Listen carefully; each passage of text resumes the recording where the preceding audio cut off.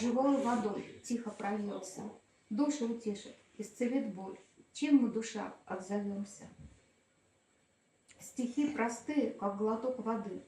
Сквозь капли на стекле увидеть отражение осеннего листа, паденье и круженье, и замереть в полшаге от беды. Стихами можно душу напоить, испив до дна любви святую чашу, и после жить, так просто мудро жить, душой моложе, хоть годами старше. Сейчас, ну, мой любимый Иоанн Карнянский. У меня про него поэма на белорусском мове есть. В храм войду и затеплю свечечку, пред святыми мощами стану.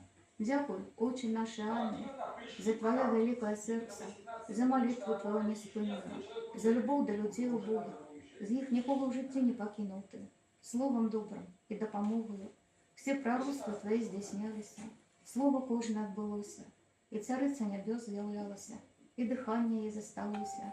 Дякую, батюшка Иоанне, что квітніє земля Карнянская, в светлом раме, в покровском храме, тихо льется молитва монашеская. Господи, дай молиться за родных в этом свете, зелся долг явиться, древу заломывать ветер, подухом Твоего духу, словом его молчанием, кожным и мгнением рухом, обороня датчаю, бедом негодов спокусов, верных Тебе и грешных, всех, кто на Беларуси есть, и опошних и перших, чистые немовляты, спять у жаночих полных, ироды мама статом. Боже, кто оборонить? Тонкие нити життя, шил Твою долони, спеют зерники ржи, полосьев еще зеленых. Листья спекутного солнца, корень от трудной гледи, соки в воде смиротной.